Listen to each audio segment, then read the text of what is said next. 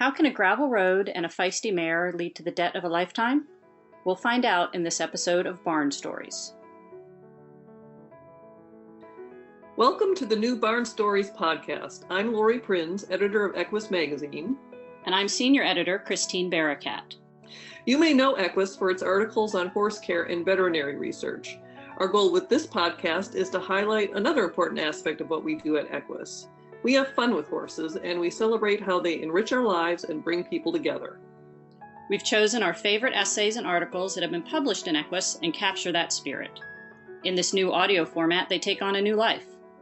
Some stories are funny, others are touching, and a few are a little sad, but they all contain some universal truth about what it means to love horses. For this episode, we've chosen a story that highlights how working with horses can lead to all sorts of interesting experiences that don't always have to do with the horses themselves. I know my involvement with horses has taken me to places and introduced me to people that I would never have met otherwise. And, like the author of the story, some of my horse-adjacent experiences have resulted in stories that I'll enjoy telling forever.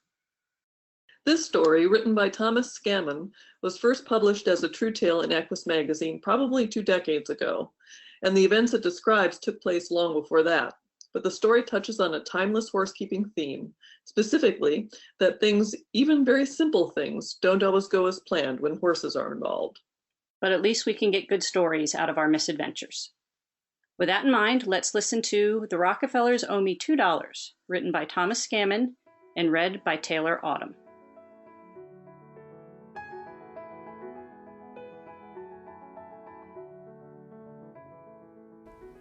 I was 14 years old and living on Mount Desert Island, off the coast of Maine, when I first encountered the Rockefellers. As everyone knows, that large island has long been the summer home for hundreds of millionaires, always referred to as rusticators by the native residents. From an early age, we were taught that rusticators were an odd lot, and if they sometimes ask foolish questions, we must always be polite and patient with them. In the summer of 1930, I was working on Heyman Roddick's farm, located near the end of Eagle Lake and not far from a network of carriage roads owned and maintained by the Rockefeller family. These roads, open to the public, were for horses only. One morning, Heyman and I went down to New Mills Meadow to cut a load of green hay for the livestock on his farm. After the hay was cut and loaded, Heyman took the rake home and left me with the workhorses and the wagon load of hay. Now, Heyman set off on a paved road that led up to a steep hill, but I decided on a different route that would be easier for the horses. This was the Rockefeller Road, which was freshly graveled and raked.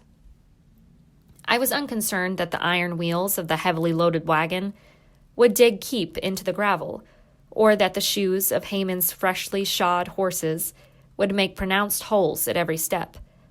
In fact, it pleased me to look behind me and see the straight lines made by the wheels and the perfect spacing of the horses' hooves. On that beautiful, cloudless day, I was happy as a lark and looking forward to Heyman's bountiful supper table after a day in the fields. Suddenly, I heard a voice shouting angrily at me. Turning, I saw a man and a boy in a buggy. A quick look at the boy's clothing told me that he was a rusticator. Thinking that the shouting man wanted me to get out of the center of the road, I pulled the team to the side to allow the buggy to pass. As it came alongside, though, I realized the driver was incensed by my messing up the smoothly raked road. It was then that I recognized him as the foreman for the Rockefeller estate. And now a quick break for a word from our episode sponsors. Silver Honey Rapid Wound Repair from Absorbane is the first and only wound care to combine the natural healing power of medical-grade Manuka honey and microsilver BG. Tough on bacteria but gentle on skin, it stops 99.9% of bacteria immediately to start healing faster while protecting the skin's natural microbiome. To learn more, visit www.silverhoney.com. Fortunately, I was far out of his reach when he started brandishing his buggy whip. But since one good turn deserves another, I reached for a long-handled pitchfork stuck in a load of hay. Perhaps deciding that discretion was called for, the foreman drove on, but not before promising to take this matter up with a higher authority, that is, my employer. This threat bothered me not at all, for Heyman cared no more about the Rockefellers' gravel than he did about a cow path. The rest of the trip home was uneventful, but this incident was to cost me $2.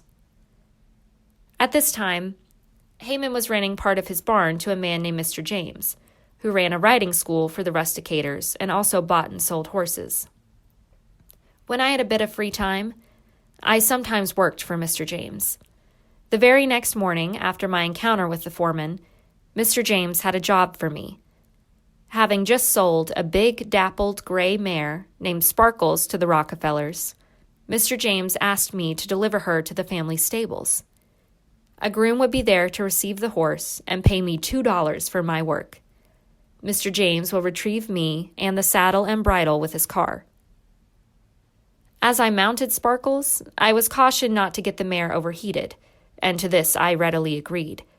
But Sparkles had stood in her stall for 3 days, and no one had given thought to cut down on the heavy ration of oats regularly given to Mr. James's working horses. Always a high-spirited animal, the mare was now so full of energy that she wanted to burn some up. In short, she wanted to run, flat out, and the snaffle bit in her mouth was hardly the best thing to restrain her. As we approached the carriage road, only a short distance from the barn, the mare became almost uncontrollable. Then she began jigging and going sideways down the road. When we almost went into a ditch, I was so fearful, lest she hurt herself, that I gave some slack to the reins, in the hope that she would straighten it out. That she did, but bolting, she took off at a dead run. I had totally lost control. Sparkles galloped nearly the length of Eagle Lake before I could slow her to a trot, and we were approaching Jordan Pond before I could even bring her to a walk. A dapple gray when we started, she was now white with foam. I dismounted at the top of a grade and tried to cool her off by rubbing her down with grass and leaves. When she grew calmer, I decided to go on to the Rockefeller stables. But my hopes were short-lived, for Sparkles still wanted to run, and running, she started to sweat again. Arriving at the stables, I expected to find a groom to receive the mare and provide me my hard-earned $2. What I found instead was the whole Rockefeller clan and their friends assembled. Worse still, there was the foreman I had encountered the day before. Seeing me again, and noting Sparkles' lathery condition, he started toward me in an angry, threatening way. I quickly dismounted, stripped off the bridle and saddle, and put them and myself into Mr. James's waiting station wagon.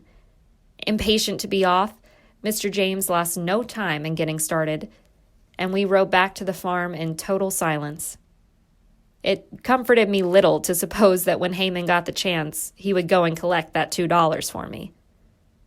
He never did, nor did I. I moved on to bigger things, the Depression, World War II, and earning a living. Like most Maine men, I have seen good days and bad, but I have always taken pleasure in a fact not enjoyed by many a man. The Rockefellers owe me $2.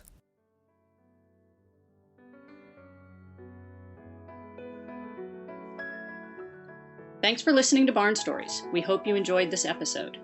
If you have a favorite article or essay from the EQUUS archives that you'd like us to feature in a future podcast, let us know. You can reach us at EQUUSBarnStories, all one word, @gmail.com. The Barn Stories podcast is a production of the Equine Podcast Network, an entity of the Equine Network.